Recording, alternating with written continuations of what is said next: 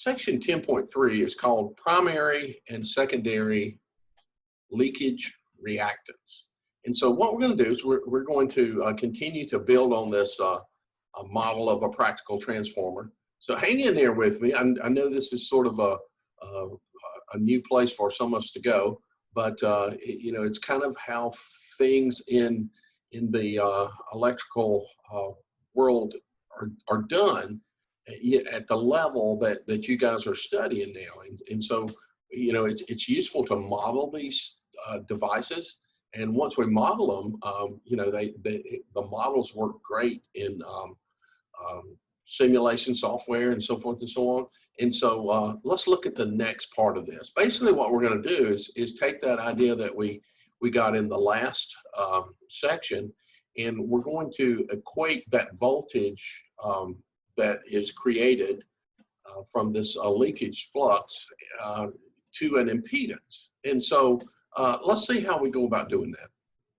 Okay, so, you know, here's where we left off last time. You know, we went through and we developed this, and, you know, we looked at these voltages, the secondary voltage and the primary voltage, and we talked about it being comprised of actually two elements. So now what we're going to do is we're going to pull out this, and we're going to pull out this, and we're going to use Ohm's law that is going to say that the reactance is equal to the voltage divided by the current.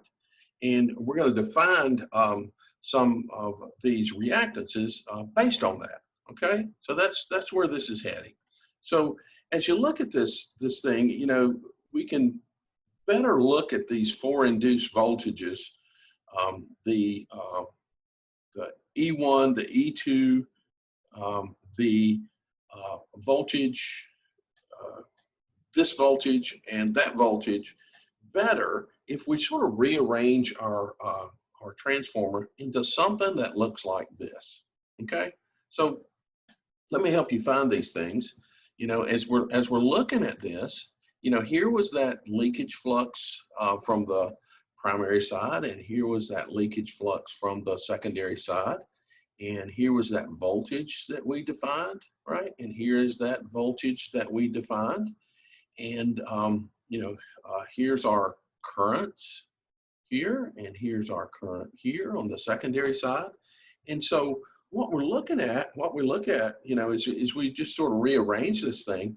And so what we're saying is, you know, as you look at this, it makes these voltages stand out by themselves. You know, like here's a voltage and here's a voltage.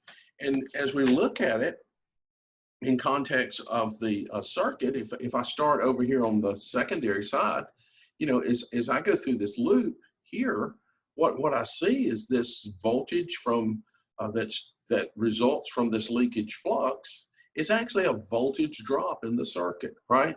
So if I look from here to here, that's a voltage drop, which is going to actually lower the output voltage a bit. And I can actually define that as this.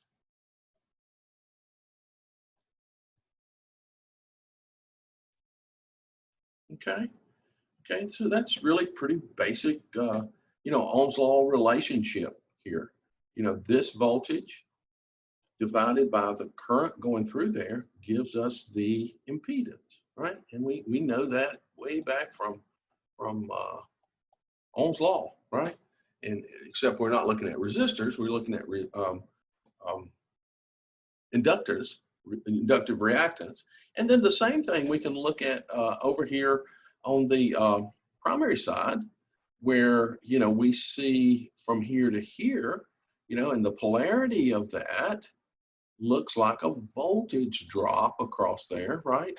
And here again, we can define an impedance based on the two things that we know, primarily this, okay, divided by the current through this side, and that will give us this representation here, okay?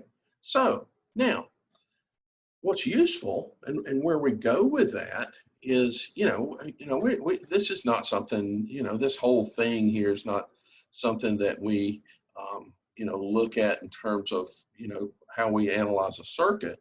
But if I take this, right, and I take this and I decide that what I want to do is represent it by something that we are familiar with, I can transition into this figure of 10-7.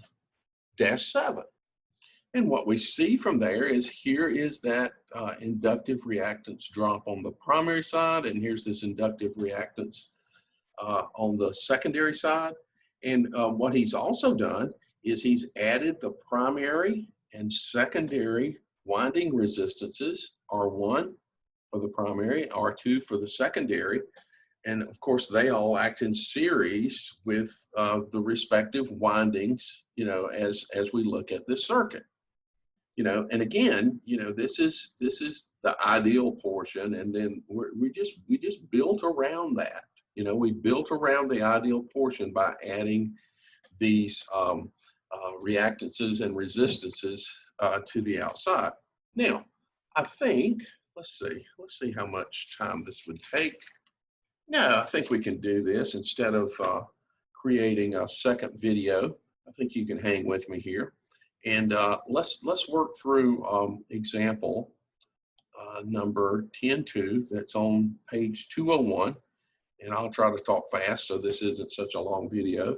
But it says the secondary winding of a transformer possesses 180 turns. Okay, so this is on this side. Let me get something to write with. 180 turns. And he says when the transformer is under load, the secondary current has an RMS or effective value that's equal to 18 amps. All right. And we want to recognize that this was generated at 60 hertz, because that's going to be part of our equation too. Furthermore, the mutual flux has a peak value of 20 milliwebers here, and the secondary leakage flux, and let's see, do I see it on this? I don't see it on the label as such, but what we're looking at is this, and so the secondary leakage flux, and I'll just write it down here, looks like this, and it is 3 milliwebers. Okay, so he's asking us, what is the voltage induced in the secondary winding? Right? What is the induced voltage in the secondary winding? What is the value of the secondary leakage reactance? And what is the value of E2 induced by the mutual flux? Okay, so let's walk through each one of those, and we'll start with A here and go through and see what that looks like for us. He says the induced voltage induced by the secondary leakage flux, this is going to be this voltage that we defined as this earlier, 4.44 times the frequency times the number of turns in the secondary times the actual flux. We've got values for those that are plugged in, and I'll just rewrite them. I should maybe have done this while it was paused, but just give me a second here and I'll write all these down. And we see this value of 3 milliwebers here, and that comes out to be 143.9 volts as the effective voltage induced in the secondary leakage flux. Okay, really pretty straightforward, right? Once we understand this model that we've created. Part B of that says, what is the secondary leakage reactance? What is this? What is the secondary leakage reactance? Well, we've got the voltage that we just calculated. I'll write it outside, 143.9. We were given a current, an effective value current of 18 amps. So this, put this down to here, is going to come out to be 8 ohms. So we could give a value for this. We could give a value of this as 8 ohms across there. Okay. And then finally, he says, what is the value of the induced voltage, E sum 2, induced by the mutual flux? Okay, well, we've got all those values too, because he told us initially that the mutual flux had the peak value, and it's defined in terms of the peak value of 20 milliwebers. So this is 4.4244 times 60 times the number of turns, again, which is 180, and then times 0.02 or 20 milliwebers, and that comes out to be 959 volts. Okay, so this is from this voltage would be defined as 959 volts, and then we would have this voltage drop here, that is 18 amps times 8 ohms, which is going to give us this value here. And so, that answers all the questions for us. And we see that that voltage drop is significant and needs to be included when we talk about a practical transformer.